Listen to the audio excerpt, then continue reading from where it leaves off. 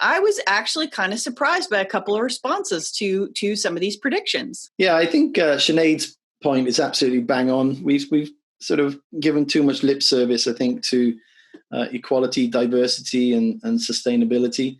But as discussed, I think there are tiers of companies that can afford to demand those things are respected in RFPs, and then there's a whole market that probably trying its best to live by those values. But it hasn't been a hard requirement. Mr. Davis, I think I'd like to hear his smelly vision prediction next time. Because he stayed safe, but it was really super interesting still.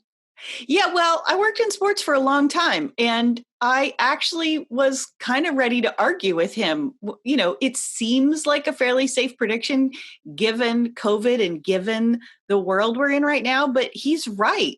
Josh Steinauer did another great speech on his predictions for what's coming up next year.